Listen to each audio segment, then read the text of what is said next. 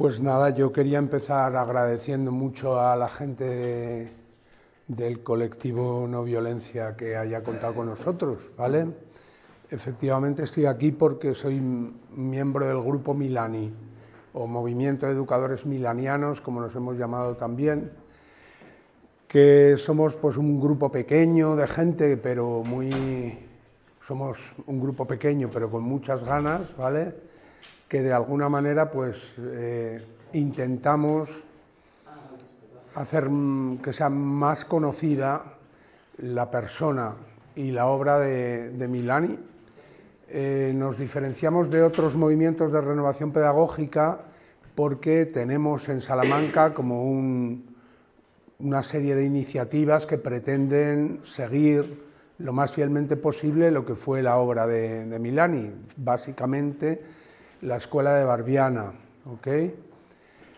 Y no sé, antes de empezar me gustaría saber cuánto conocéis a don Lorenzo, es decir, quién había oído hablar antes de Milani y puede decir, yo lo conozco bien.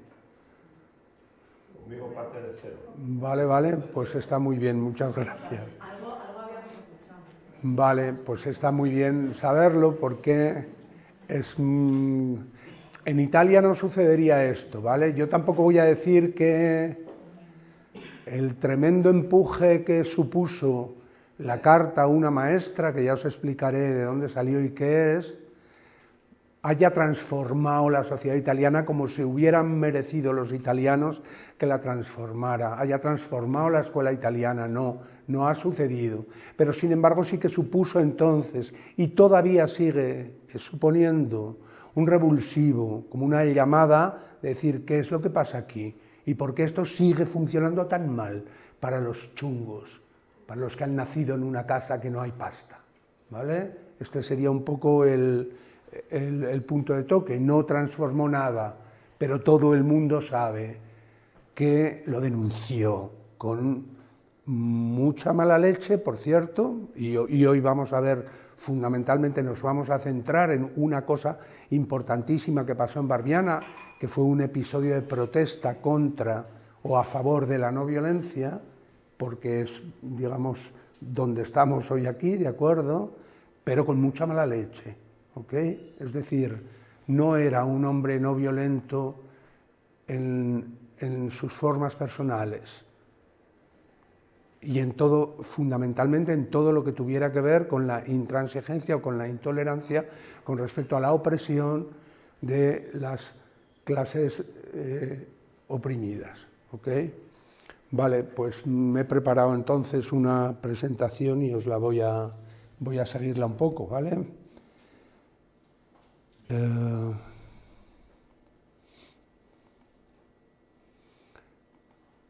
Bien, ¿dónde nace Milani? Milani nace en un hogar que no es un hogar religioso, ¿ok? Voy a controlar un poco la hora porque tengo tanto que contaros que igual se me va la pinza. No es una casa muy laica donde la madre es judía, sus abuelos, pues una de sus abuelas es una pedagoga de mucho caché, ¿de acuerdo? Pero su otro abuelo era un antropólogo, es decir, es una casa donde la cultura, digamos, está ahí desde el principio y muy presente, ¿no? Y donde las energías vitales están ahí claras, ¿vale?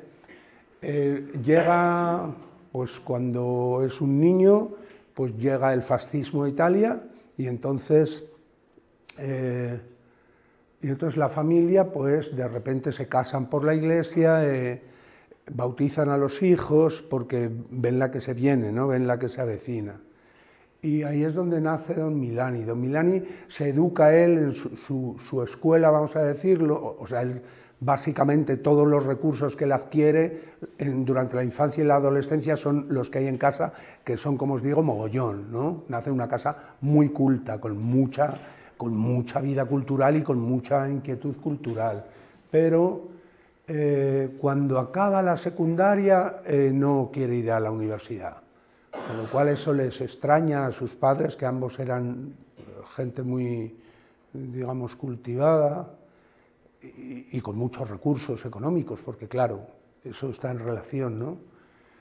Y dice que quiere ser pintor y entonces empieza a dedicarse a la pintura, su madre le encuentra un muy buen profe y entra en contacto con otras realidades y a partir de esa especie de ansia por la belleza y de no encontrar lo profundo de la belleza en lo cotidiano, pues sucede su conversión, porque era una familia completamente agnóstica, vamos a decir, es decir, donde no se preocupaban mucho del tema religioso, aunque su madre era, digamos, de cultura judía, vamos a decir, y se convierte y al poco de convertirse, pues pide entrar en el seminario.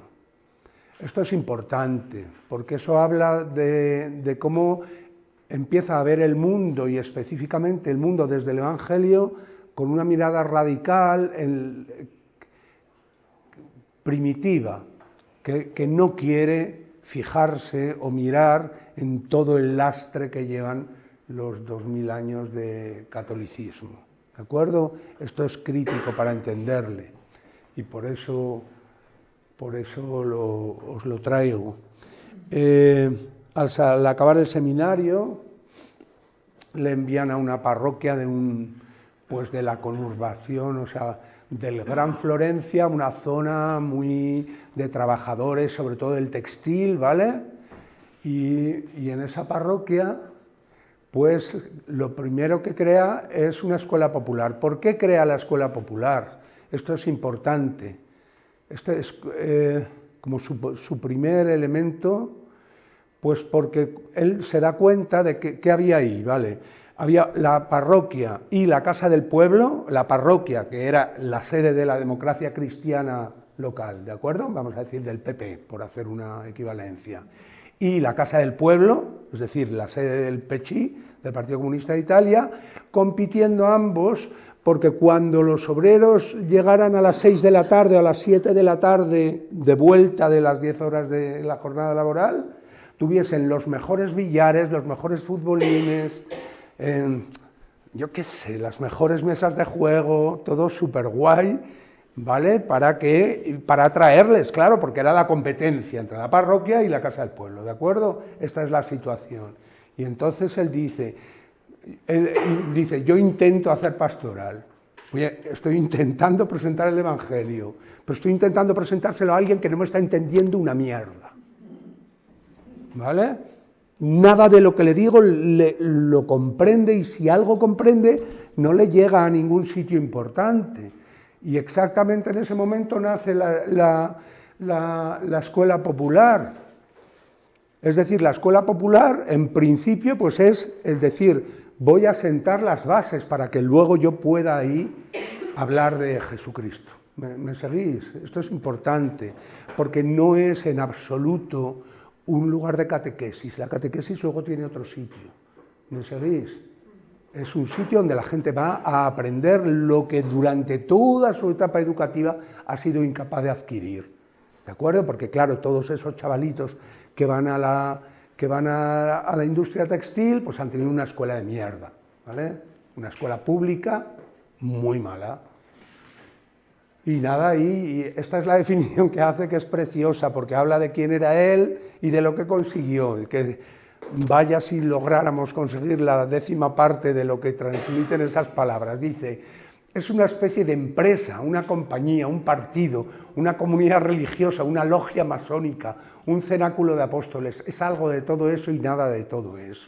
Pero en esa definición se transmite que ahí pasaban cosas, ¿me entendéis? Contra todo lo que sucedía en la casa del pueblo y en la parroquia de los futbolines, en la escuela popular estaban pasando todos los días cosas. Y entonces, claro, como enseguida, desde muy joven, empieza a tener un montón de amigos, ¿me comprendéis? Pues claro, de repente llega San Donato, o sea, a Calenzano, que ya os digo que es un pueblajo de absorción, es decir, donde ha ido la gente migrando del campo para las industrias textiles. Empieza a llegar de repente un periodista súper famoso de Florencia, ¿de acuerdo? Entonces los chavales empiezan a sentir, joder, lo que está pasando aquí es importante. Dicho de otra manera, yo soy importante a través de mi inquietud cultural, a través de las ganas que yo tengo de... ¿Me comprendéis? Y eso es lo que transforma por completo, y pues él lo cuenta en un libro, se llama Experiencias Pastorales, que lo publica mucho después, que lo publica después, que en principio pasa la censura, digamos, de la diócesis, pero que enseguida lo secuestran. El libro es un interesantísimo libro que por el nombre podría parecer que es un manual de pastoral.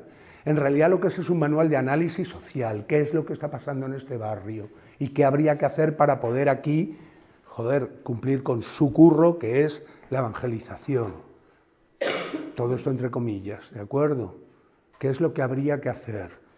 Pero después de un análisis muy exhaustivo de quiénes son, qué les está pasando y cuáles son los problemas que hay aquí, ¿de acuerdo?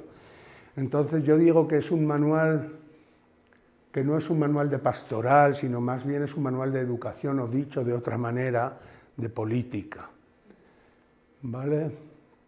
Vale, en un momento dado ya empieza a conocerse mucho la Escuela Popular de San Donato, y entonces en unas elecciones muy famosas y que iban a poder, digamos, dar vuelco a la situación política italiana, el arzobispo de Florencia pide el voto directamente para la derecha, y entonces don Milani públicamente se lo reprocha, y ahí ya empieza, digamos, su promoción. Su promoción quiere decir que el arzobispo, un tal Monseñor Florit, dice no.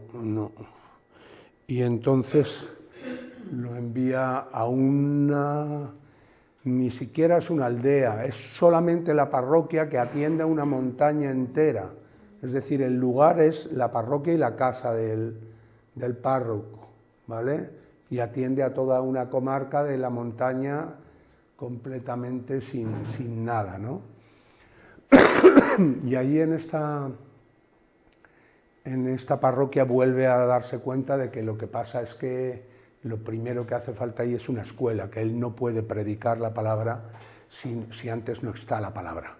Así de claro como os lo acabo de decir ahora mismo, ¿no? Ve entonces que la escuela pública expulsa directamente a los chavales que no llegan, es decir, que no garantizan por lo menos el mínimo, pues los echa directamente. Y ahí con los propios chavales, a través de un método, invención suya, que se llama la escritura colectiva, que es una maravilla de proceso de creación colectiva, o de creación comunitaria de conocimiento, escriben la carta a una maestra, que esta es la primera edición que hubo en España, pero ahora hay otra. Esto lo debería de leer todo el mundo, se dedicara a la educación o no, pero quien se dedique a la educación y no conozca este libro, pues se pierde muchísimo, ¿ok? La carta a una maestra, como os digo, está escrita en la escuela y es una increpación de por qué, por ser yo un pobre campesino del pueblo, tú a mí me das una escuela tan mala. Y sin embargo al señorito que viene a esta misma escuela tuya acaba fenomenal, con todo perfecto, ¿vale? ¿Qué es lo que pide la carta a una maestra? ¿Qué es lo que piden los chavales de la escuela de Barbiana?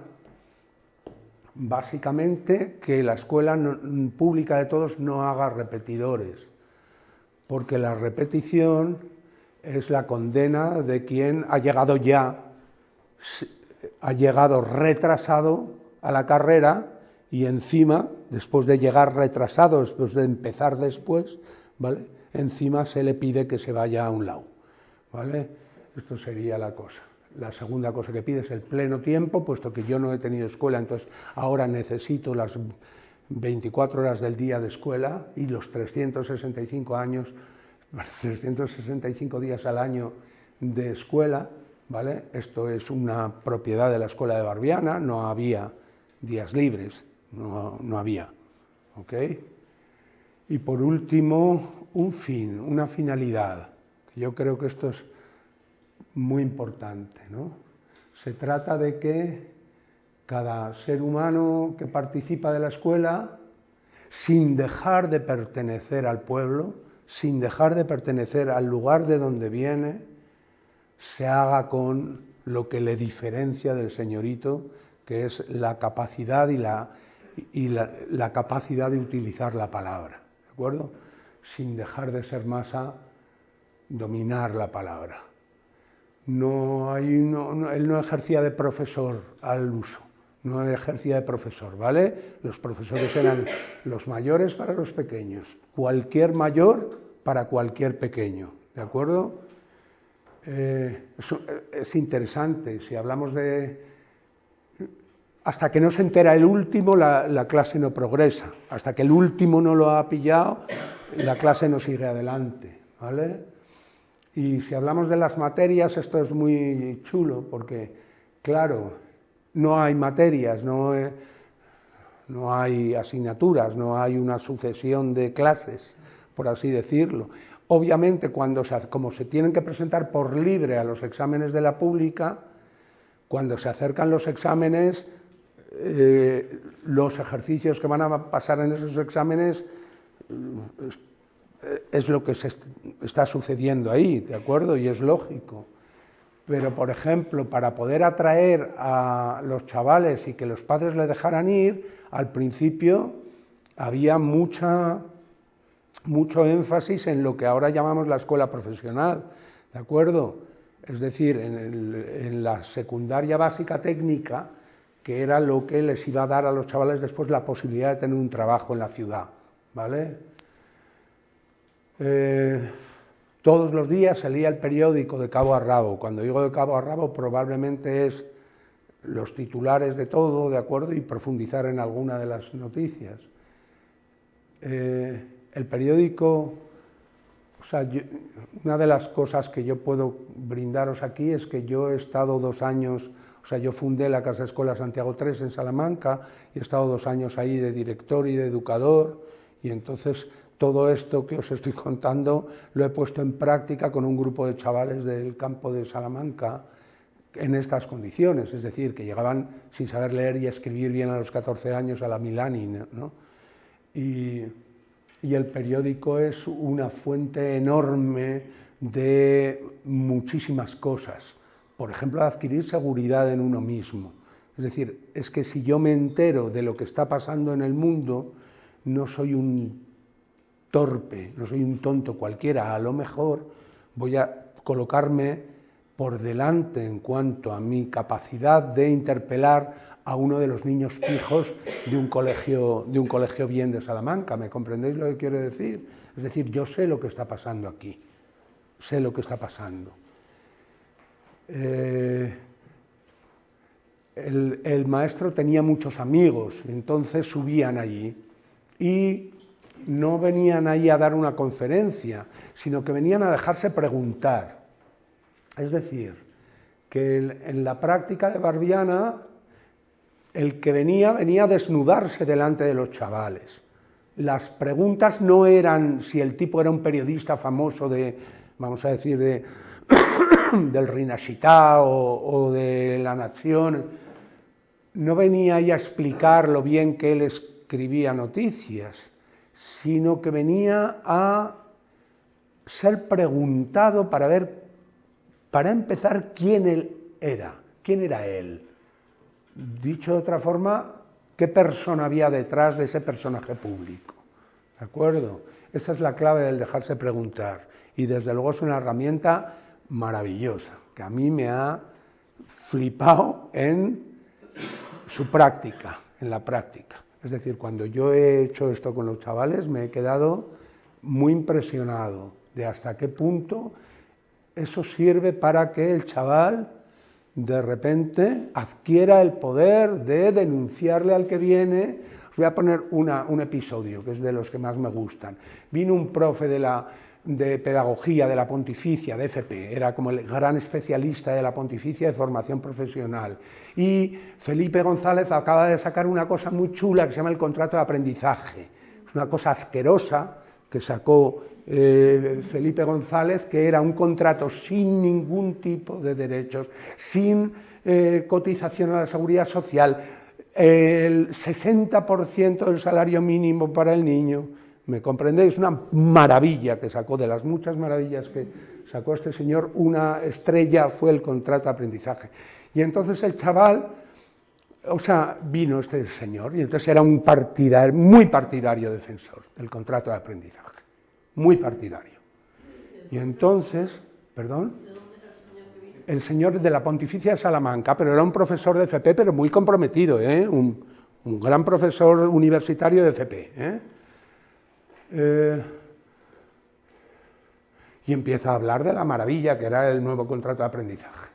Y entonces un chaval levanta la mano y le pregunta, ¿tiene usted hijos? Y dice, sí, uno tiene 11 años y el otro tiene 9. Dice, ¿y a usted le gustaría que sus hijos tuvieran ese tipo de contrato? Esto un niño de 14 años, hablamos. Es que es muy importante, porque si no parece que esta estupidización de la adolescencia contemporánea es algo normal y pero es mentira. Y además es falso ahora también. ¿Y a usted le gustaría que sus hijos tuvieran un contrato de ese tipo?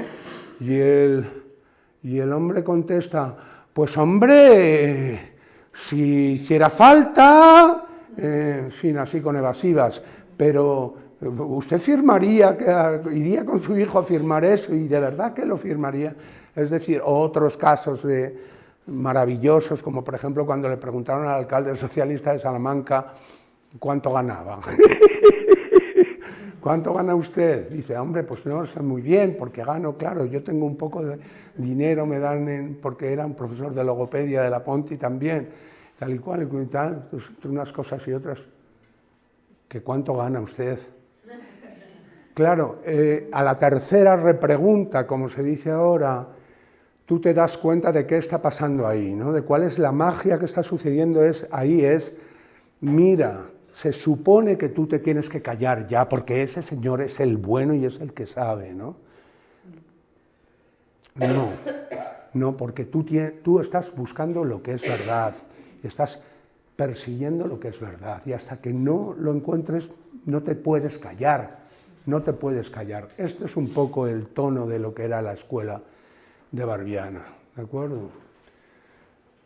Y luego pues había que estudiar lenguas, todas las lenguas posibles, muy poco de cada lengua, solo lo imprescindible para que cuando salgas de viaje puedas hablarlo y puedas entenderte con el otro, con discos, es decir, que toda la parafernalia, digamos, de los medios de aprendizaje, como vais a ver ahora, que os voy a poner un corto muy, muy bonito, pues era lo mejor que hubiera a su disposición, ¿de acuerdo?, en cada momento. Y más o menos esto es demasiado rápido como os lo he contado, pero espero haberos transmitido lo que supone como otra forma diferente de afrontar el problema. Vamos a ver 3 minutos de este corto. Sí, suena. Que no sé si va a sonar porque no soy capaz. Ah, sí, el del ordenador está apagado. Ah, vale. Pues nada. Sí, de ahí, lo he apagado de ahí.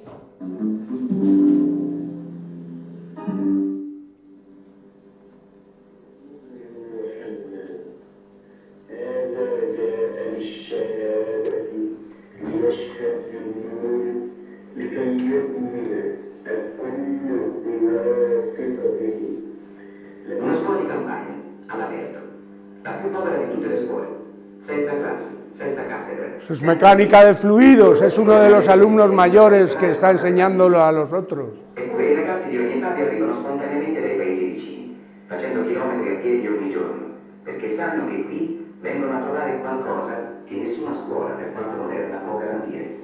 Que vienen hasta de 2, me cago en la leche, que vienen hasta 2 horas andando hasta la escuela, ¿no? Allí no vivía nadie, eran los chavales que vivían en los alrededores, ¿vale? Pero ese es un vídeo original de... No lo parece, ¿verdad? Porque es buenísima la imagen. Él ya sabía que se iba a morir, porque murió en el 68 y esto sucedió en el 65, esta grabación. Porque a él no le gustaba nada el tema de las cámaras, ni de la televisión, ni de nada. Pero él sabía que se iba a morir. Y además este chaval que fue ahí con la cámara fue súper respetuoso desde el minuto cero y no intervenía en absoluto y se tiró un montón de tiempo observando nada más, viendo y aprendiendo. Y gracias a eso le dejó grabar. Pero es muy, muy buenísima la imagen, porque el tipo era, ya os digo, como un buen cineasta, iba con una buena cámara, es película en color, que en aquella época era una especie de lujazo. In una piede trova qualcosa di profondamente diverso, in nuovo.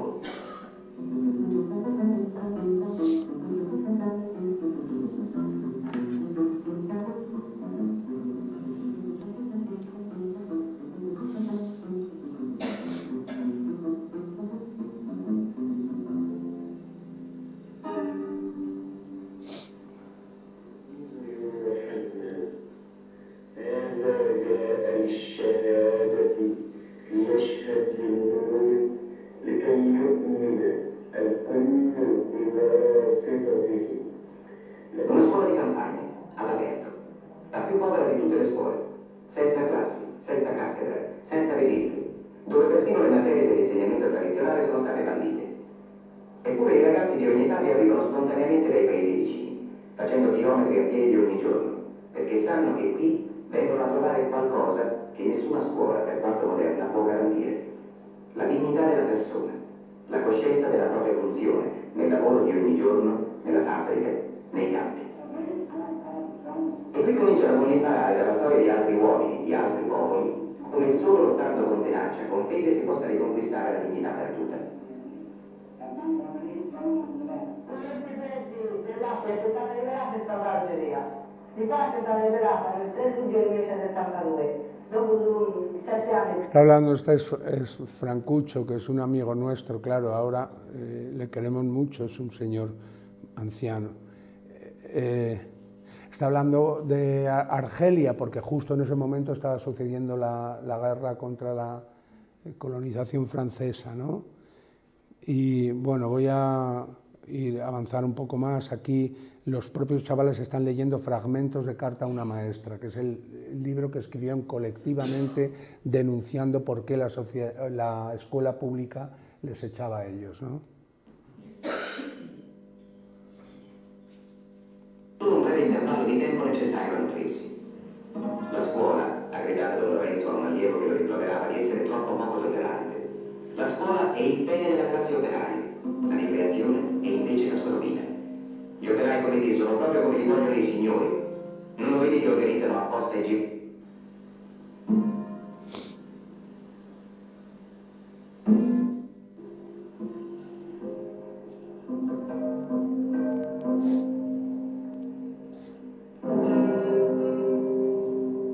Ora siamo 29, 3 bambini e 26 ragazzi.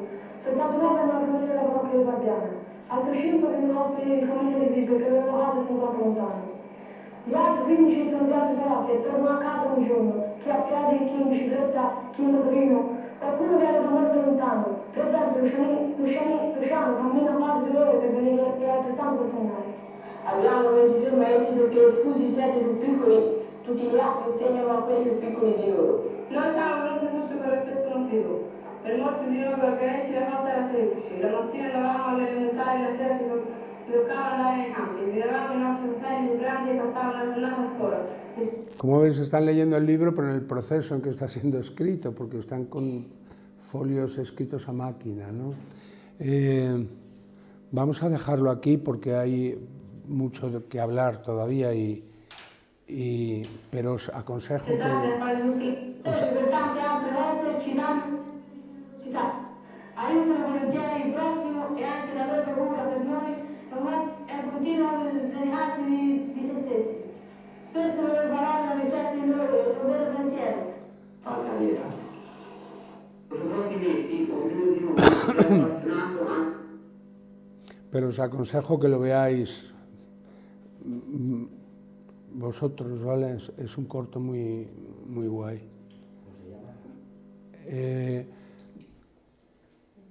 esta presentación la podéis acceder todos a ella porque está hecha en Prezi, que si no pagas dinero te obligan a que todo el mundo, fijaos qué horror, a que todo el mundo la pueda ver. Es horrible. O sea, al no pagar dinero, tiene que poderla ver todo el mundo. Es como un espanto. Esto del Prezi es hecho por el demonio tiene que ser.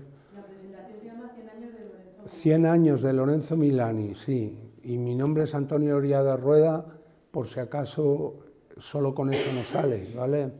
Bueno, pues vamos a continuar. Lo siguiente de lo que había traído para contaros es lo que hace más relevante, digamos, para la no violencia, un episodio, el siguiente en importancia después de la escritura colectiva de Carta a una maestra, sería el proceso de don Milani, el proceso judicial de don Milani y en realidad de toda la escuela, ¿vale? Como vais a poder ver ahora. Se juntan los capellanes castrenses de la Toscana y entonces escriben una carta para los medios de comunicación, ¿no? En la cual expresan cómo consideran un insulto a la patria y a sus caídos la así llamada objeción de conciencia, que extraña al mandamiento cristiano del amor, es expresión de cobardía, de vileza, ¿vale? Estos son los curas, digamos, del ejército italiano que escriben esta carta y la publican en el periódico de derechas de Florencia, ¿de acuerdo? Un 12 de febrero del 65. Ese periódico no llegaba a Barbiana, porque en Barbiana consumían otro. Pero un amigo suyo, un amigo de don Milani, le envía el recorte, ¿vale? Y entonces, como todo lo que pasaba allí, ese recorte, o todas las cartas que le llegaban al prior, todas se leían en público, para que veáis qué tipo de escuela rara era. Todas las cartas que él recibía se leían a viva voz y se contestaban, hombre, algunas las contestaría él cuando hablaba de temas así más personales y tal, pero todo el mundo opinaba sobre cómo contestar, ¿vale? Esta era una de las cosas que pasaban ahí, ¿vale? Porque eso no ha salido ahí ha salido que estaban estudiando asignaturas, que sí, mecánica de fluidos o no sé qué, pero la asignatura fundamental era el italiano, y el italiano nunca se enseñaba en una pizarra. Se enseñaba porque había llegado esta carta y no sabíamos qué significaba esta palabra, ¿vale? Por ejemplo, viltà. Viltà significaría vileza, pero en realidad es más cobardía que vileza, o una mezcla de lo entraña de la maldad del malvado por cobarde, del que es malvado por cobarde, ¿no? Y entonces él responde, pero no responde él, sino que se negocia, como os estoy diciendo, se discute en clase la respuesta, ¿vale? Vaya por Dios. Y entonces vamos a ir viendo un poco rápidamente, ya os digo, porque me han pedido que hable de más cosas, pues un poco este proceso. Contesta, hay un artículo, el artículo 3 de la Constitución italiana, que está cogido del 3 de la italiana para el 9 de la española, que es muy chulo, ¿verdad? Porque con tantas otras cosas de la Constitución. Es muy chulo, porque es, oiga usted, esto, todos los ciudadanos son iguales ante la ley, pero claro, reconoce el propio texto constitucional, no es verdad. Entonces hay que hacer todo lo posible para que sea verdad. Eso habla esos artículos que son maravillosos, aunque luego pues le queden en el artículo, ¿vale? Como tantas otras cosas. Dice, estábamos como siempre juntos cuando un amigo nos trajo un cachito de un periódico, un recorte de un periódico. Se presentaba como un comunicado de los capellanes militares y ya más o menos lo que os he dicho. Ahora, yo estoy sentado delante de mis chavales en mi doble vestido de cura y de maestro. Claro, lo habían escrito curas, ¿vale? Y entonces les he mirado cómo estaban. Por un lado súper emocionados, o sea, súper activados, y por otro lado cabreados, sdeñati, ¿vale? Un sacerdote que injuria a alguien que está en la cárcel siempre es un chungo, siempre es un equivocado, un mal tipo. Así, ¿vale? Sempre torto, no existe una traducción de torto, torcido sería la cosa, ¿no? Pero mala gente. Y tanto más si a quien injuria está en la cárcel por un ideal.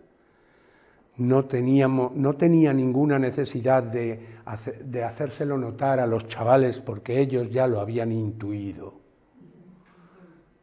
Y también habían intuido que estaba obligado a darles ahí ahora mismo una lección de vida, ¿vale? Esto me he detenido en ello porque es muy bonito y muy definitivo de qué escuela era esa, ¿vale? En la carta les reprocha que hayan hecho esto, primero porque habéis insultado a ciudadanos que nosotros y muchos otros admiramos y nadie os había llamado a opinar. Ya, es que tenía muy mala leche, era exquisito en la mala leche. Por ejemplo, uno de sus insultos favoritos que a mí me roba el alma es el de superficial. Solo he descubierto que solo sois unos superficiales.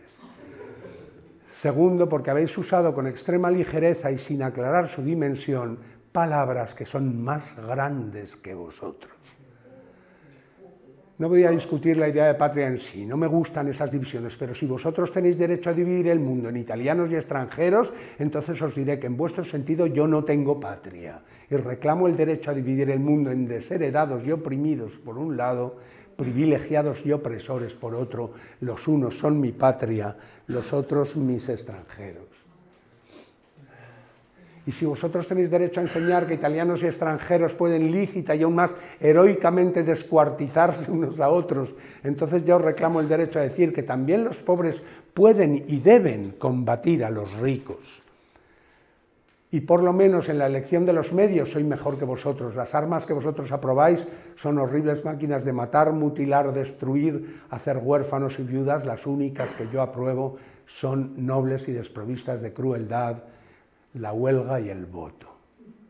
Luego dice, ¿qué estáis enseñando a los soldados? La obediencia a toda costa, y si la obediencia es bombardear civiles, mirad qué de moda está esto, ¿verdad? O qué oportuno es.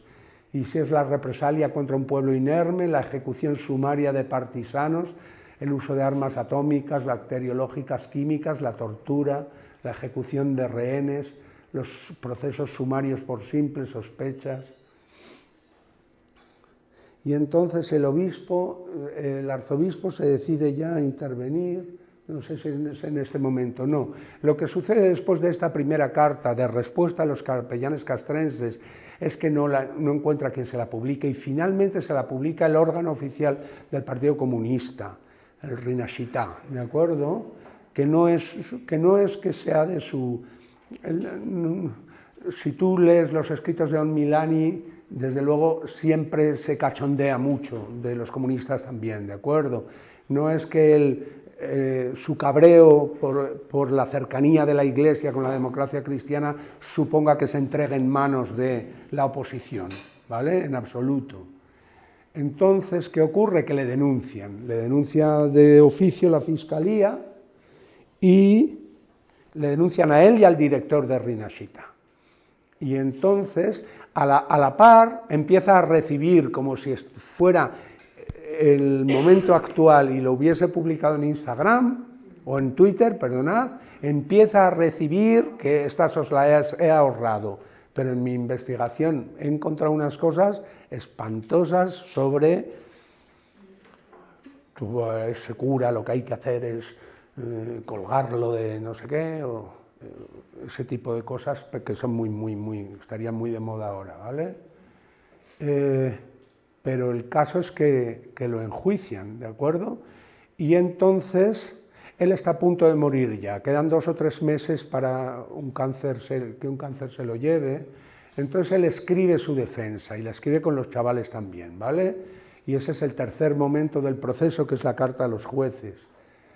En la carta a los jueces, esta es la estructura que tiene la carta. Ahí está a punto de salir un libro mío, me jode mucho ser autorreferencial, pero para que veáis la importancia que tiene eso que él ponía delante de la puerta, ahí está su dormitorio y la sala era la escuela, ¿vale? Tenía puesto en inglés I care, o sea, esto me importa, me preocupa, yo quiero hacer algo con respecto a esto porque esto es algo que me atañe, ¿no? Entonces yo quiero cuidar de esto, sería también to care en inglés tiene esa doble, es muy bonita, una expresión muy bonita, ¿vale? Y que sería lo contrario al menefrego fascista, que es me la pela, no pasa nada, ¿no? Y esto lo he elegido yo para explicar lo que les está pasando a los chavales ahora mismo, esta especie de lugar rarísimo de no realidad o de mezcla entre lo real y lo no real que nos está embruteciendo la cabeza a ellos y a nosotros. La primera respuesta es el I care. Si no conseguimos eso en la educación, todo se lo comerá el Instagram y lo que hay detrás del Instagram. ¿Ok? Vale, pues lo que viene a decir en esta segunda carta dice muchas cosas, pero sobre todo habla de por qué ha escrito esa carta anterior, por qué la ha escrito, por qué no tenía más remedio que escribirla, ¿de acuerdo? Dice, saco el tema de la escuela en este proceso porque tenéis que entender que los chavales y yo prácticamente vivimos juntos y recibimos juntos las visitas, leemos juntos los libros, el periódico, el correo, lo contestamos juntos. Ellos me miraban, esto ha salido ya, indignados y expectantes. Un sacerdote que injuria a un encarcelado es siempre injusto, tanto más si está en la cárcel por un ideal, ¿vale? Debía enseñarles bien cómo debe reaccionar el ciudadano ante la injusticia, cómo todo ciudadano tiene libertad de palabra y de prensa, cómo el cristiano reacciona también ante el sacerdote, incluso ante el obispo que yerra, cómo cada uno debe sentirse responsable de todo. El maestro debe adivinar en los ojos de los muchachos las cosas bellas que ellos verán claras mañana y que nosotros hoy vemos solo confusamente. Esto lo está diciendo para justificar en qué consiste la objeción, ¿no? La objeción ahora lo explica mejor. Es decir, violar la ley de que se tiene conciencia que es mala y aceptar la pena que la propia ley prevé para cuando la violes. ¿Okay? El arzobispo, que era una persona así como, vamos a decir, de recursos limitados, había contestado a la primera carta con esa frase tan espantosa, ¿vale? Perdonad por mi absoluta parcialidad. Es prácticamente imposible para el individuo valorar por sí mismo los múltiples aspectos relativos a la moralidad de las órdenes que recibe. No tiene que obedecer, porque él no tiene en la cabeza la capacidad de hacer un buen juicio teniendo en cuenta todas las cosas. ¿Es verdad o no? Coño, claro que es verdad. Y ahora dice él, ciertamente no debía referirse a cuando las enfermeras alemanas le pidieron que mataran a sus enfermos, ¿no? O al tipo que tenía que hacer caer la bomba atómica encima, ¿no? Parece que esas, a lo mejor tampoco hacía falta con una gran elaboración, ¿no?, que pedía el cardenal. En fin. Bueno, pues por ir acabando ya esto.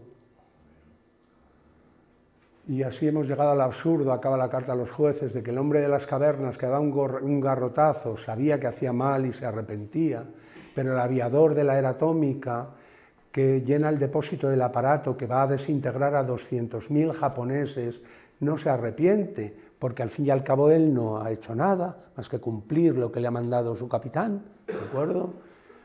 si damos la razón a los teóricos de la obediencia y a ciertos tribunales alemanes, solo Hitler debe responder del asesinato de 6 millones de judíos, pero Hitler no era responsable porque estaba loco. Por lo tanto, aquel delito no ocurrió nunca, porque no tiene autor. Solo hay un modo de salir de este macabro juego de palabras, tener el valor de decir a los jóvenes que todos son soberanos, que la obediencia ya no es una virtud, sino la más sutil de las tentaciones, que no crean que se puede escudar en ella ni ante los hombres ni ante Dios, que es necesario que cada uno se sienta responsable de todo. De este modo la humanidad podrá decir que en este siglo ha tenido un progreso moral paralelo y proporcional a su progreso técnico. Y así es lo que os tenía preparado sobre Don Milani y el proceso sobre la... Este proceso fue, ya os digo, en Italia tremendamente importante, ¿vale? Aquí os he puesto los 3 textos más importantes, la carta a una maestra, las experiencias pastorales, y este es el último libro que hemos sacado, que se llama No hemos odiado a los pobres. Es una expresión que hay en una de las 100 cartas que hemos traducido y publicado con motivo de su centenario, ¿vale? Y que es un libro muy chulo. No hemos odiado a los pobres, porque vendrán los pobres y nos acusarán. Habla de los católicos en concreto, ¿vale?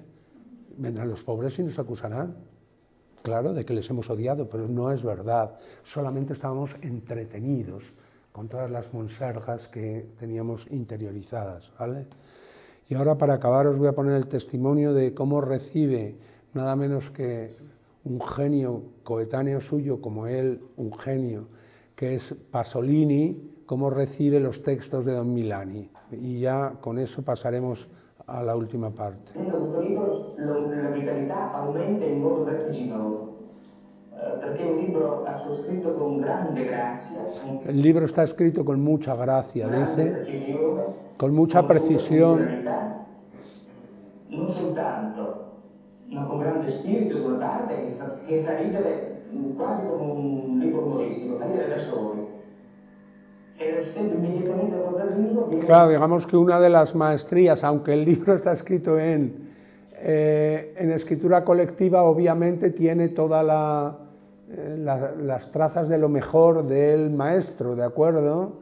Y entonces ya os digo que la ironía y el sarcasmo eran tremendamente una de sus herramientas favoritas, ¿vale? Entonces dice que está escrito con mucha gracia, que parece un libro de humor. In modo lavoro, un troppo lavoro, addirittura il lacrime negli occhi, tanta è la precisione, la verità del problema che si pone, che come i telespettatori sanno è il problema della scuola italiana. E oltretutto c'è anche la coscienza della stilistica di questo libro, perché questo libro viene... La conciencia sobre la estilística, es que os lo estoy poniendo porque es precioso. O sea, después de Don Milani, Pasolini, desde luego, tiene que ocupar un lugar en la cultura, porque hace una definición preciosa de cómo está escrito el libro de Carta a una maestra, muy, muy chula, os la aconsejo vivamente. Contenuto delle più straordinarie definizioni di quello che deve essere la poesia. Esto es lo que es la definición de poesía, dice, lo que va a decir a continuación. Dove un odio, un senso di vendetta verso gli altri, Cómo ese odio, este sentido de venganza que tienes sobre quien te está oprimiendo, approfondito e deliberato, diventa amore. lo conviertes en amor. Así define la poesía. y así explica cómo está escrita la carta, ¿vale? Bueno, me han pedido además que os cuente qué hacemos con la revista. Esta es la revista. Aquí tengo como los libros de los que os he hablado, por si alguien quiere echarles un vistazo. No os los voy a regalar porque antes os regalo mi alma. Esta es la revista y pues ahora os cuento un poco.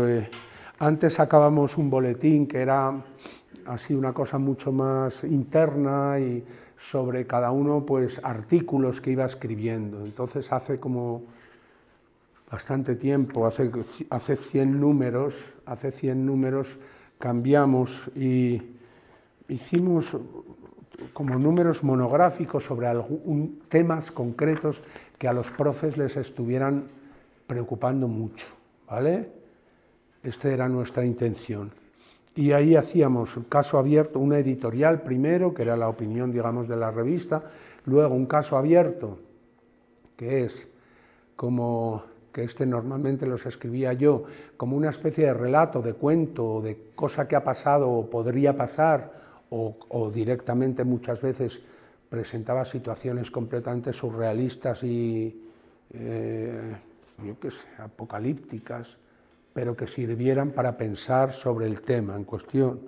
Después viene lo oficial, que es lo que diría el ministerio, lo que dirían los grandes pedagogos sobre ese problema, que es una sección súper útil porque te permite saber concretamente dónde está el estado del arte sobre la cuestión, ¿no? Luego vendría el eje, que es qué hubiera dicho Milani o qué hubiera dicho la Escuela de Barbiana sobre ese tema, que está muy chulo también. Luego herramientas que te permitan trabajar el tema para mejorar la cuestión en el aula. Y después el para beber, que son textos directos de don Milani, textos de cartas suyas o de tal. Y luego la caja baja, que eran noticias, chascarrillos, cosas menores sobre el tema, ¿no? Esta revista mola mucho, no es porque la saquemos nosotros. ¿Cómo la hacemos? Pues básicamente nos juntamos el consejo de redacción, hablamos y decimos sobre el tema, y lo distribuimos, y ya luego se encarga cada uno. Al principio salía, o sea, ahora mismo sale en una tirada en física muy reducida para los socios del MEM, o sea, del Grupo Milani, y luego se la descarga la gente en color, se la descarga de nuestra página web, que la tenía puesta ahí para que la apuntéis. A ver, no.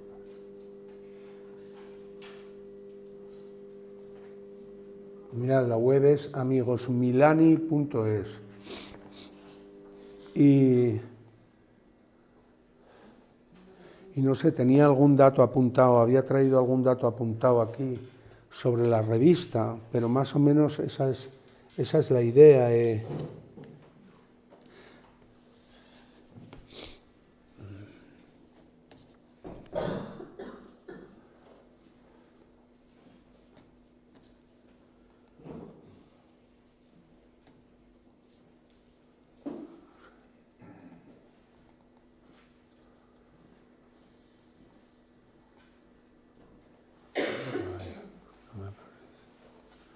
No me aparece aquí si soy capaz, hombre.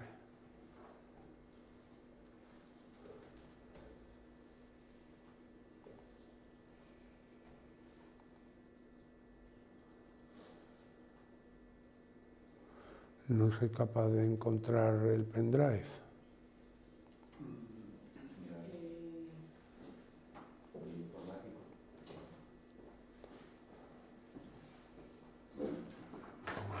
No, que seré capaz, no te preocupes. Ahí. Y ahora aquí echas para abajo. No está. ¿Ves? Por eso no era capaz. Que no está conectado. Sí, me ajusta. Claro. Sí, aquí. Aquí. Ahí, o será al revés. Ahora sí. Bueno, pues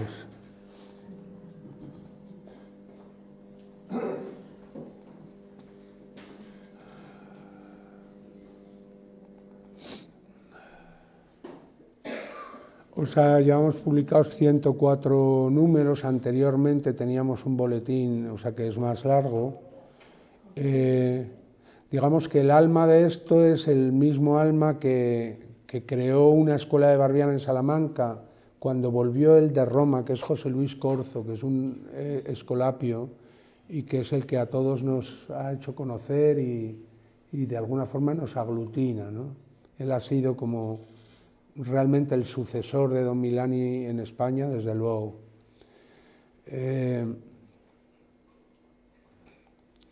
Ahora mismo la distribución fundamentalmente son las descargas digitales, pero bueno, hay casi 200 ejemplares en papel.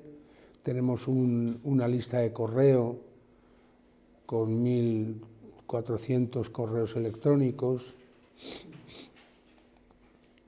Y bueno, no sé. Pues son 3 veces al año, cada 4 meses. ¿Cómo se pueden adquirir? Lo más práctico es entrar aquí y bajárselo, pero si uno lo quiere en papel, entonces hay que suscribirse. Y ahí en Amigos Milani lo encuentras la forma de suscribirte. Pero digamos que está disponible para su descarga gratuita en la web. Hemos tenido pues todo el problema de pues todos los, digamos que ha habido una crisis enorme en cuanto a la participación, ¿vale? Es decir, el progreso del individualismo, el progreso de la orientación al logro exclusivamente económico ha hecho que la participación pues haya ido a la mierda y entonces pues ahora mismo los que estamos en el MEM somos un grupo pequeño de personas, todos hacemos lo mismo, vamos a decir, y eso es un problema muy gordo. Luego es verdad que si tú ves, pues eso, ahora mismo, como os decía, el grupo Milani, pues en Salamanca tenemos una escuela agraria de FP y el grupo de casas escuela que ha cambiado desde ir hacia los campesinos y tal, pues a menores protegidos y a menores cumpliendo una medida de penal, ¿vale? Pero que ahora mismo eso ha experimentado con muchísimo. Ahí en la propia Casa Escuela Santiago I, ahora también hay ciclos formativos y hay un montón de movidas sucediendo. Eso sería como una de las cosas, porque eso sigue de alguna forma dependiendo de nosotros, aunque sea propiedad de los escolapios, toda la gestión o el alma educativa la llevamos nosotros. En Bilbao está la Fundación Peñascal, que tiene FP básica y grado medio y que recoge lo más selecto que hay en la ciudad, pero vamos, de lo mejor lo superior. Son unos cracks. Es una escuela de élite. En el pasado encuentro vinieron aquí a contarnos. Ah, vale, entonces, pues es una. Y luego, pues por ejemplo, en la Facultad de Educación de la Universidad de Gerona, pues también hay un grupo ahí de gente muy empeñada con el tema de Milani. Y ya yo creo que es el momento en que habléis vosotros. Todavía me quedaría un rato, pero ya os lo cedo para que hagamos más bien el dejarse preguntar. Y nada. Muchas gracias, Antonio, por tu intervención. Gracias a vosotros. Muchas gracias. Y ahora tenemos un ratito para preguntas o diálogo, que la idea es, bueno, pues eso, que intervengamos las personas que nos están escuchando y... Quería preguntar si habéis, en alguna de estas iniciativas que tenéis todavía activas, si habéis mantenido vivo esa escritura colectiva con los chavales de estos centros. No sé si en este periódico o revista que nos has mostrado, pero no sé si... En la revista no, en Bilbao está a la orden del día. Es un proceso que lo ha sistematizado José Luis Corzo. Es decir, Don Milani se refiere a él y habla de cómo él lo hace, y Corzo ha cogido eso y lo ha convertido como en un procedimiento. Tiene un libro que lo que no sé es en qué medida estará accesible, pero estaba en un libro publicado por Anaya que se llama La escritura colectiva. Con ese método, en Santiago I se escribió este libro, Escritos colectivos de muchachos del pueblo, que está escrito de esa manera y que sería como una especie de paralelo a lo que fue la carta a una maestra, pero que básicamente habla de las condiciones de los chavales que vienen a la Milani desde los pueblos de Salamanca, y que las condiciones muchas veces son muy parecidas. O sea, yo he estado llevando la Casa Escuela Santiago 3 y los chavales que recibí el primer año, que supieran bien leer y escribir, había 3 personas de las 12, y tenían 14 años, llevaban en la escuela pública rural un mogollón de tiempo, pero... Bueno, ahora 2 preguntas. La una es cómo se pueden conseguir los libros. ¿Encontrar esta novelita así? Sí, o sea, este libro tiene popular ahora mismo hecho el de experiencias pastorales, que es interesantísimo. Lo ha publicado la BAC, la Biblioteca de Autores Cristianos, en una nueva traducción de Corzo, y luego la carta está publicada por PPC, que es una editorial del grupo SM, sobre temas religiosos. La pregunta, la otra, bueno, la otra que nos has contado, el tema de la lectura de la prensa, que no es bastante importante, que hay menos prensa escrita, ¿cómo lo lleváis? Y sobre todo el tema de la manipulación de todos los medios, más claro. Los medios... Esto, fíjate qué interesante, porque esto en Don Milani es un tema recurrente, pero en Santiago 1 también. Aquí la clave estaba en que además, en que la lectura del periódico, yo por ejemplo hacía la lectura del periódico a las 11 de la noche, era la última cosa que hacíamos antes de irnos a dormir, ¿vale? Siempre aparecía datos o cuestiones concretas al proceso de construcción de la noticia, y por consiguiente a decir, esto es verdad, o en qué medida esto está siendo, qué intereses hay detrás de esto. Es decir, todo el tema sobre poder identificar la estructura de la información se trataba en la lectura del periódico. Ahora mismo, pues, yo no sé cómo harán el periódico, por ejemplo, en Bilbao, pero estoy seguro de que tienen, o sea, que seguro que tratan el tema de cómo hay todas las estrategias de desinformación y malinformación de las redes, ¿no? Pues además, la misma noticia, coges un periódico, coges otro y nada. Claro, sobre todo porque ya no hay periódicos, entonces en vez de coger periódicos lo que coges es el último tuit de un tipo muy cachondo o peor, el último tuit de Isabel García Ayuso. Yo tengo una pregunta, una curiosidad. Antes has abierto un poco la charla hablando de, por ejemplo, poniendo el ejemplo de que chicos en cuarto de la ESO no saben quién era Gandhi. Tengo la curiosidad porque esta figura es un personaje, pues, cosa que en España yo por ejemplo no tenía ni idea, ni lo conocía, pero la curiosidad porque nos cuentes cómo está considerada su figura en Italia, cómo funciona o si se está conservando su legado, y luego la pregunta directa, ¿los chicos en cuarto de la ESO en Italia acaban sabiendo quién es este señor? ¿O es algo que de alguna forma se ha ido perdiendo, está siendo silenciado o se mantiene vivo? Vale, la respuesta es que no es como en España, que en Italia todos los docentes, todo el mundo que tenga algo que ver con la educación conoce a Don Milani de puta madre y conoce la carta a la maestra, muy probablemente la ha leído la mayoría, hayan entendido lo que hayan entendido, la ha leído la mayoría y se le conoce muy bien.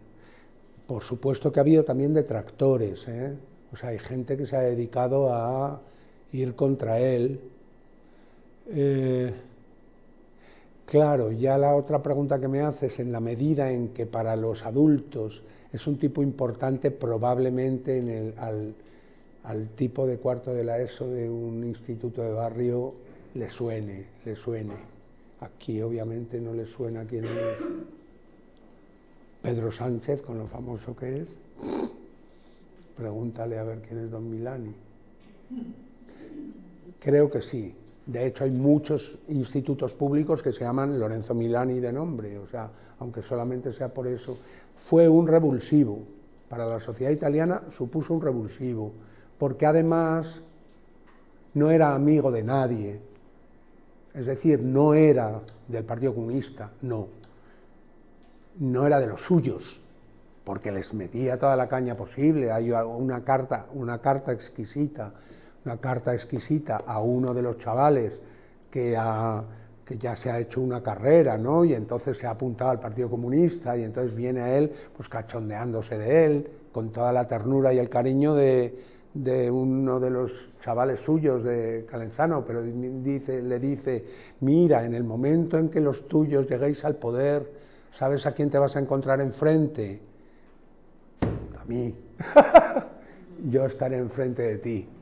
Después de haber puesto a parir a la democracia cristiana, ¿vale? Pero cuando tú llegas al poder, que sepas que te vas a encontrar con alguien que te diga no. Es muy, muy chulo. Digamos que como postura vital, pues es tremendamente de verdad. Es decir, completamente auténtico, ¿no? Tan de verdad que vive con ellos, ¿no? Yo creo que eso es un tema muy importante y que da mucha coherencia y da mucha fuerza y da mucha razón a las palabras que dices. Cuando hablas de injusticias o de no sé qué y te metes en teorías, ¿no? Y a lo mejor estás ahí, pero cuando estás verdaderamente ahí, viviendo con la gente, en ese barrio pobre, en ese pueblo pobre, codo con codo, comiendo con ellos, etcétera, entonces cuando, coges mucho peso, ¿no? Claro. A ver, vivir, ya os digo que era una parroquia de montaña, de hecho es solamente la parroquia lo que habéis visto en las fotos, el siguiente caserío pues quedaría ya retirado. Vivían solamente 2 chavalitos porque había muerto su padre y entonces su madre les había enviado a que vivieran ahí porque no tenían para darles de comer, vamos a decir, pero los demás tenían que llegar ahí a la hora del sol y se iban con el sol, ¿vale? El que vivía más lejos seguro que le dejaban irse un rato antes, ¿no? Pero iban andando hasta la escuela. Pero sí, era una vida completa, ¿por qué? Por lo que él ha dicho ahí, que es que compartía todo, ¿no? Esa es, muchas veces, dice él, me preguntan, ¿qué hay que hacer para tener una escuela tan chula como la mía? Equivocan la pregunta, la respuesta no es qué hay que hacer, sino cómo hay que ser. Y esa es la clave de todo, de toda la pedagogía de Don Milani.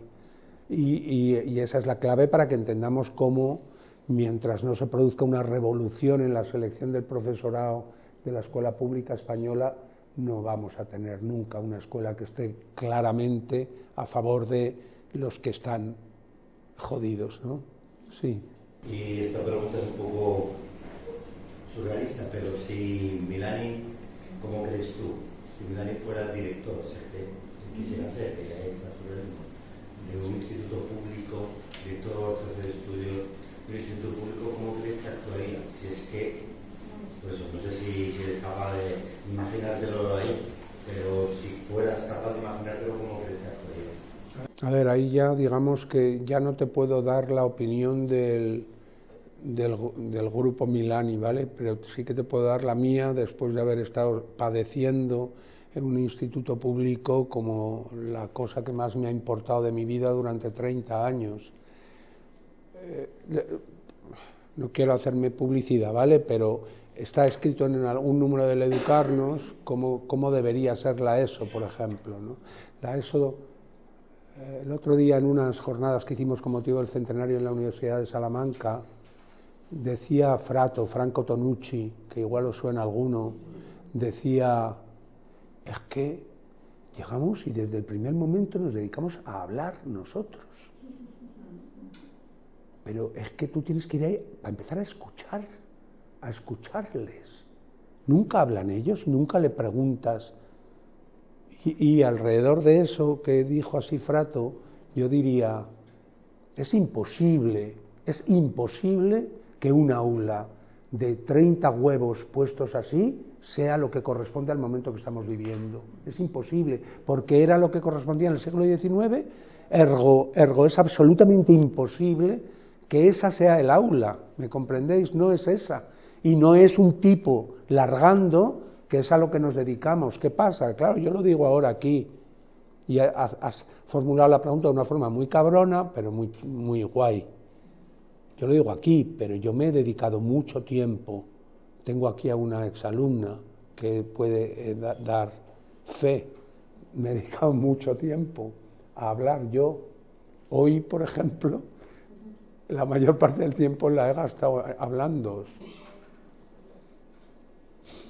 Entonces, ¿cómo te escapas de eso? Puede ser el resultado de un esfuerzo individual. Los jesuitas de Cataluña han tirado todos los muros de las aulas y ya no hay ningún aula.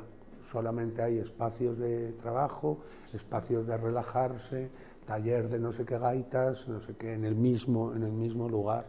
Pero son los ricos, ¿vale? Porque a los jesuitas van los ricos, no van los... Muy jodida pregunta la que me has hecho. Pero como ves, él lo que hacía era ponía las mesas en el campo. Y además hemos visto eso, pero eso era un momento. Luego, como os digo, llegaba un tío a verle, fin de las clases ni nada, todo el mundo ahí a juntarse a hablar con el tipo, a preguntarle. Ahora no hemos visto el cine, ¿no? El proyector de cine, no hemos visto la música, como encima tenía como una especie de seguidor de partituras, es decir, que tenías que irte viendo, dando cuenta de cómo según lo que estaba sonando aparecía ahí en el rollo la nota que era, ¿me comprendéis? En fin, de todo lo que podía él apañar, apañaba. Y desde luego, yo creo que hay dos razones para entender por qué los chavales querían ir ahí. La primera es que porque muy desde pequeños se daban cuenta de que no eran el torpe gilipollas inútil que le habían dicho que llevaban 8 años escuchando que eran, en primer lugar eso, y en segundo lugar porque siempre pasaba algo. Al lado de Don Milani siempre iba a pasar algo. Y esto es muy chulo para responder a tu pregunta. ¿Qué pasa? Que en un instituto que nunca pasa nada que importe, nada. Todo lo que va a pasar ya ahí, ¿sabes? Que no tiene ningún tipo de relación ni con la vida, ni con tu vida, ni con nada que sea importante. Y luego, claro, o sea, a ver, todos hemos tenido que aguantar después el decir, oiga, es que tus alumnos no han aprendido a hacer restas haciendo el pino. Y pone en la programación, pone aquí, sabe hacer restas haciendo el pino. Mi opinión personal es que hay que cerrarlos todos y abrir otra cosa distinta. Esa es mi opinión personal, pero no es una opinión del grupo Milani en absoluto.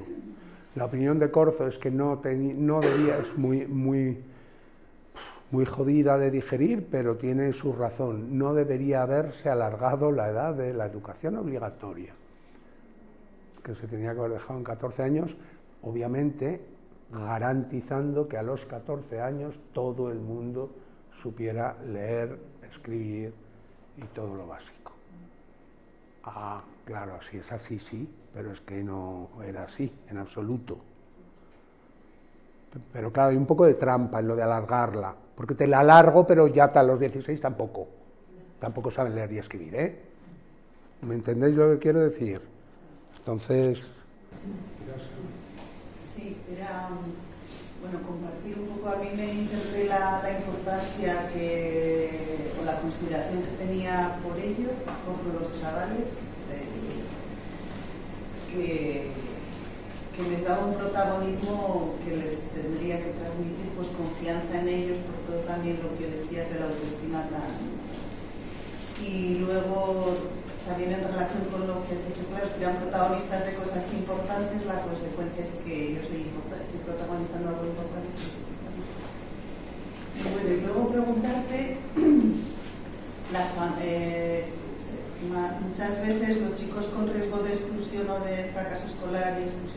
pues viven de una familia en la que igual tampoco es importante o hay otras necesidades de educación. Allí en Barriana, su relación con las familias habría veces, no sé, trabajarían o tendría necesidad de que los chicos trabajaran o no, y cómo él se refería a las familias, cómo eso En principio ningún padre quería que el chaval se fuera a la escuela por una razón fundamental, y es que hacía falta para la granja o para el campo.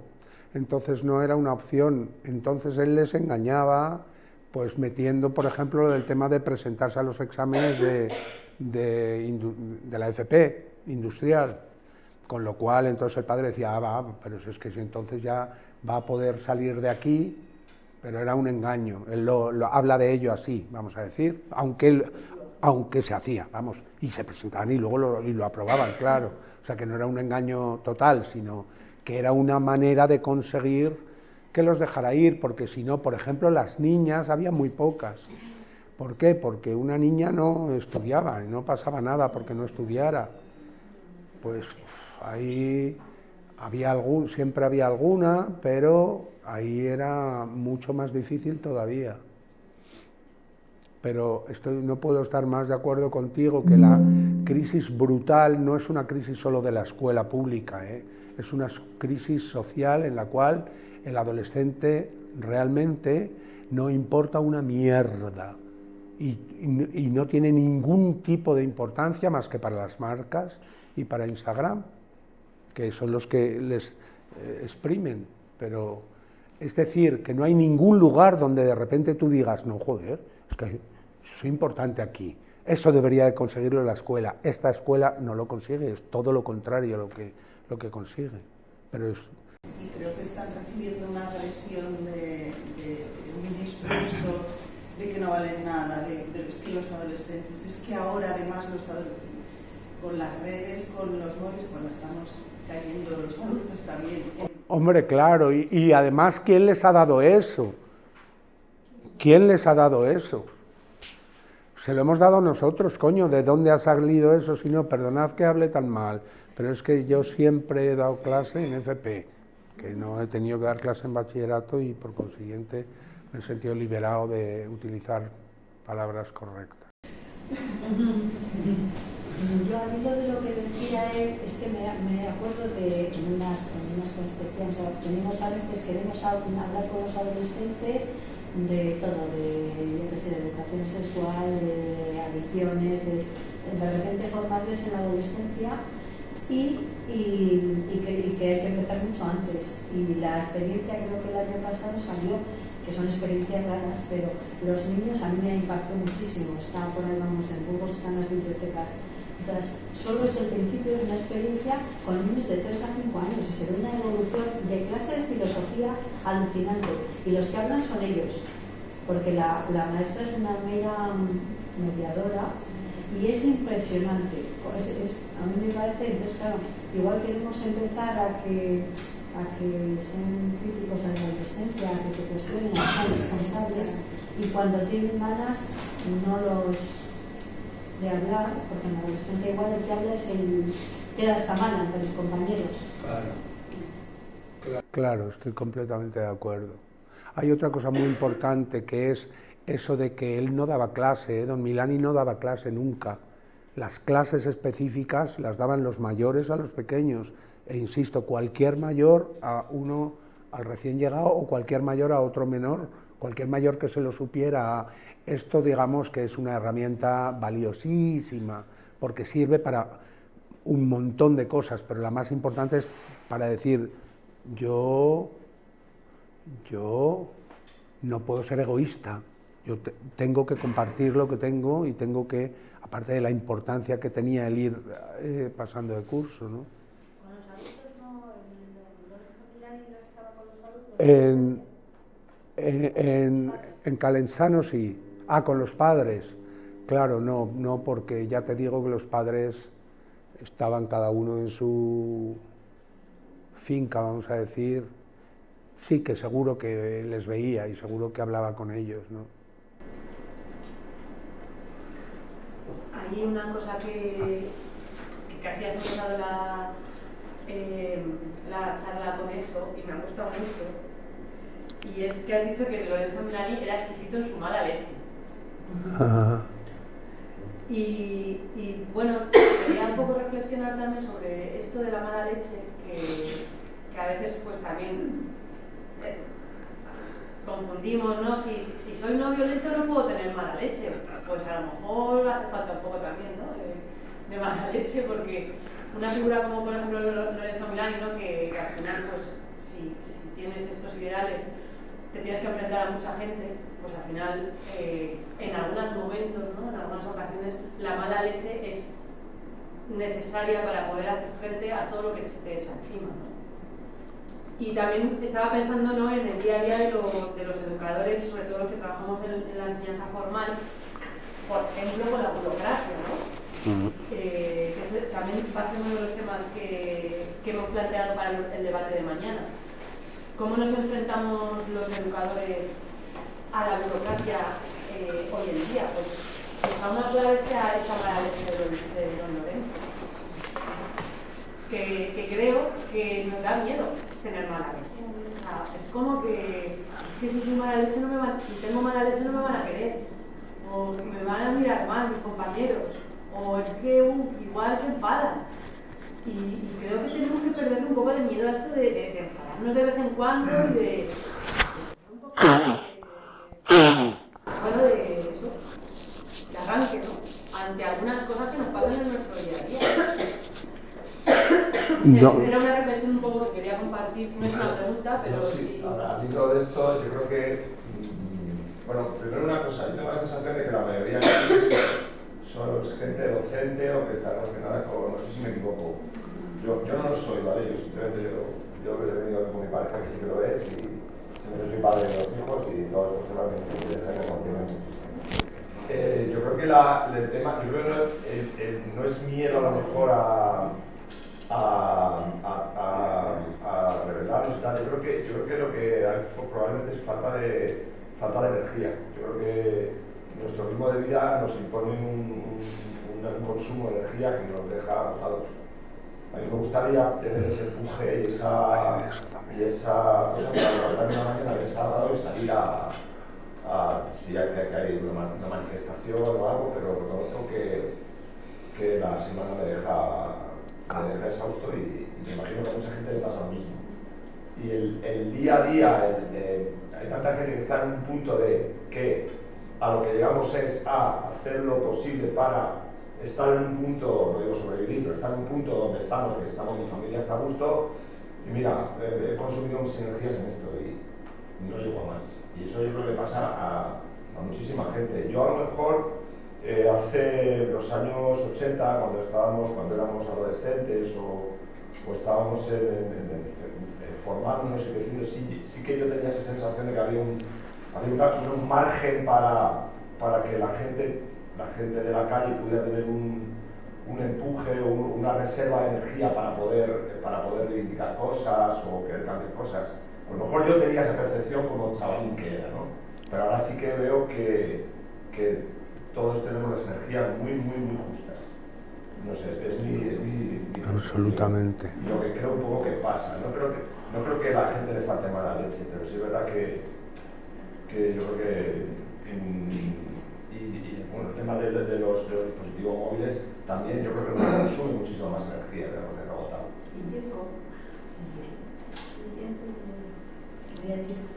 Hola. Bueno, yo leí Carta a una maestra cuando era joven y luego años después en la educación de adultos de Alcorcón conocí a un milaniano, Julio Lancho. Hombre. Y Julio me suscribió al boletín entonces, y cuando fueron los 25 años de Carta a una maestra en Madrid, donde los escolapios, que vino Franco Suárez, que estarías allí también, Julio, pues estuve en esas jornadas y a mí lo más interesante de don Milani es 25 años después, y ya han pasado 50 y creo que sigue la cosa igual, eso ya no lo he presenciado, esa experiencia pedagógica de Milani seguía su vigencia en sus alumnos. O sea que sus alumnos no se habían aburguesado, digamos, pedagógicas supuestamente vanguardistas, que las miras 25 años después y no te digo nada. Y te encuentras con unos alumnos súper burgueses que no parece que se crean ya lo que les enseñaron sus maestros, ¿no? Entonces a mí ver que Franco Pensuali pues estaba en Italia con un centro para un nuevo modelo de desarrollo y cómo seguía un poco en la vanguardia del comercio justo, del consumo solidario, del tema norte-sur, tal. Bueno, pues para mí fue lo más ejemplar que había visto en mi vida. Es verdad, y además, bueno, cada uno ha salido por un lado, como es lógico, pero, por ejemplo, en el movimiento sindical italiano hay mucha gente, o sea, hay gente que ha sido muy importante y que salió de Barbiana, porque para don Milani el tema del sindicato era como algo muy, muy importante, ¿vale? Era como una institución que merecía de verdad la pena, ¿no? Y tienes razón, que es así. No, también ha habido algún político, pero son los menos. Y además de los políticos que haya habido, pues no dan el perfil más habitual de Trepa, ¿no?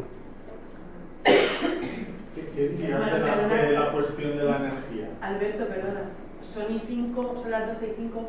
Simplemente deciros que última intervención, ¿vale? Porque ahora ya tocaría el descanso. Entonces, bueno, no sé quién... ¿Quería alguien hablar? ¿Quién quería hablar? Elena, ¿no?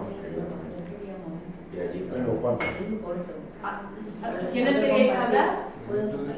Allí. A ver, una, dos. Pues, ¿quién es? ¿Alberto? ¿Quién? Alberto, Elena. Pero Alberto, ¿tú estás levantando la mano o estás en Sí, yo quería pedir que responderías a la pregunta por la energía para revelarse. Vale. En medio de la porque que has preguntado. Pues, entonces la pregunta me la haces tú, porque la has planteado como un comentario. Yo no se la he lanzado, yo se la he lanzado a todos. No obstante, aprovecho para comunicaros que en marzo saldrá ¿Qué te pasa? Tú, el entretenimiento y el final de la realidad, escrito por un Menda, donde hablo de lo que dice el título del libro, ¿qué te pasa? Y efectivamente, claro, aquí hay esa falta de energía no es casual, no es que de repente, mira, qué poco energetizados estamos. No, hombre, es un curro que va en una dirección y promovido por unos determinados sujetos que quieren conseguir algo a base de nuestro chupamiento, ¿no?, de la energía. Yo quería comentar un poquito que para mí en vez de mala leche sería buena leche, porque es una persona que realmente estaba nutriendo a la gente con su hacer. Sí. Es decir, aunque luego lo pusieran como quisiera, ¿no? Pero bueno, yo siempre suelo hacer estos cambios. Luego lo siguiente es que la convicción es la clave de lo que estás haciendo cuando estás conectando con la verdad. Y luego la siguiente cosa es que el objetivo era conocerse a sí mismo. Entonces, cuando el objetivo es conocerte a ti mismo, todo está funcionando en tu favor energético. Es decir, que yo cambié de plan en mi vida cuando empecé, que mi objetivo no era aprender lo que decía que tenía que aprender, sino conocerme a mí misma. Y todo lo que me sirva para eso va a ser aprendizaje. Vale, pues el propósito de Barbiana es básicamente yo tengo que ser soberano, es decir, tengo que tener todo lo que hace falta para que nadie me diga lo que yo tengo que hacer, ni nadie se arrogue, es decir, me secuestre mi humanidad. Ese es el propósito y yo creo que es la clave.